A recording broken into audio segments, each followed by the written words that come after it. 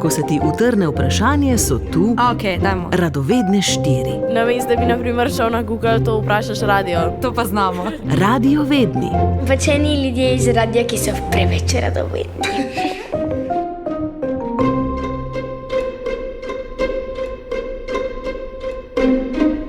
Poletje je, zato povsod, kamor se obrnemo, opazimo živorožnat motiv flaminga. Na brisačah, na tikačih, kopalkah in rokavčkih, najopaznejši pa so tisti velikanski napihljivi, ki jih najdemo v skoraj vsakem bazenu. Za ptico, ki jo v angleško govorečem svetu poznamo pod imenom flamingo, pri nas uporabljamo domačo ustreznico, plamenec. In medtem ko umetno ustvarjene podobe krasijo naše predmete, tisti pravi plamenci v vročih poletnih dneh nekje v plitvih lagunah stojijo na eni nogi. Ne utrudijo se tudi po več urah nepretrganega stanja. Zakaj, zanima tudi poslušalko Lucijo. Pred mikrofon smo povabili biologa Davorina Tometa z Nacionalnega inštituta za biologijo, ki pa ni samo poznavalec ptic. Sam sebe opiše tudi kot velikega ljubitelja. Od malih nog sem že vcepljen na naravo nasploh. Ptice so dovolj blizu, dovolj atraktivne, da so me mogoče zato pritegnile, ampak imam pa kolege, ki z enako strastjo proučujejo rastline.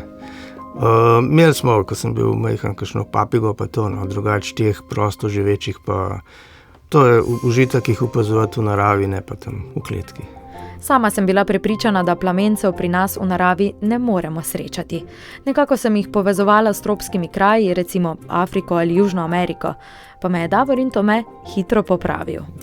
So zdaj zadnje čase v sečoveljskih solinah prezimujejo tudi, ja. Drugače pa že gnezdijo pa že tlele v teh beneških lagunah, no. Tako da na nek način pričakujemo, mogoče v roku 50 let, da bo kakšne gnezde tudi že pri nas, no. In takrat se bomo lahko na lastne oči prepričali, da plamenci res ure in ure stojijo na eni nogi. Prvo, vse ptice občasno stojijo na eni nogi. Ne samo flamingovci, tudi recimo kakšna sinička, kakšen kos, ga včasih lahko vidimo, ko stoji na eni nogi. Res pa je, da te ptice, kot so flamingo, štorkla, pa še take, ki so bolj v močvirjih, ki imajo dolge noge, pa so malo večje, to bolj vidimo, lažje to opazimo, ampak načeloma vse to delajo, ne. Zdaj razlagi sta pa dve. In obe sta povezani s tem, da tako porabljajo manj energije. Namreč ptice, one so sposobne nogo premakniti v nek položaj in tam mišice zakleniti, da pol s tisto nogo praktično nič energije ne uporabljajo, ne. In ko stojijo na tleh, če bi z obema nogama stale na tleh, ne, in potem, ko mora pač loviti ravnovesje, ki malo piha pa to, bi z obema nogama pač nekaj energije porabile, zato da to ravnovesje vzdržijo. Če pa eno nogo dvignejo gor, pa jo zaklenejo, pa samo z drugo nogo to energijo porabljajo in je to zaradi kumulativno manj energije porabijo, kot če bi z obema nogama stale, ne. Podobno se zgodi recimo tudi takrat, ko ptice sedijo na veji.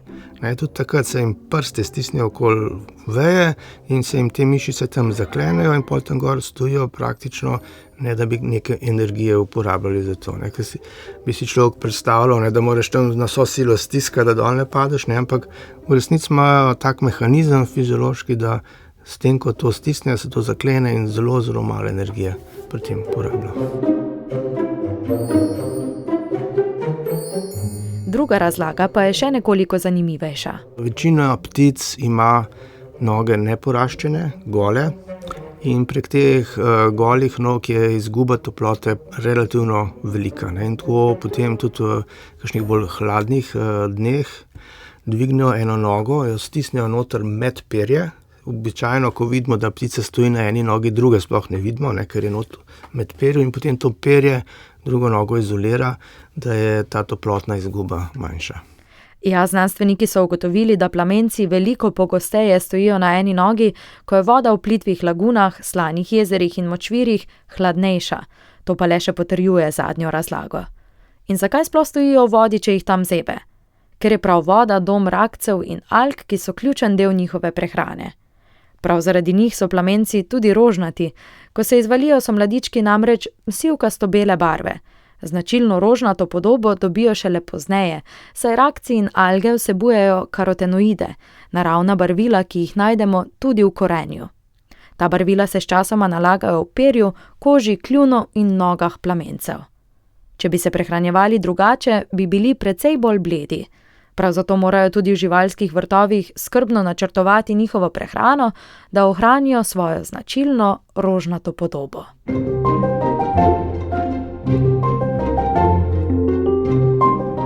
Naj dodamo še zanimivost, nogo, na kateri stojijo, ves čas menjavajo, podobno kot mi menjavamo položaje sedenja ali ležanja. Tako pa se lahko končno poistovetimo tudi s plamenci, ker si celodnevnega stanja na eni nogi sicer ne moremo ali pa niti nočemo predstavljati.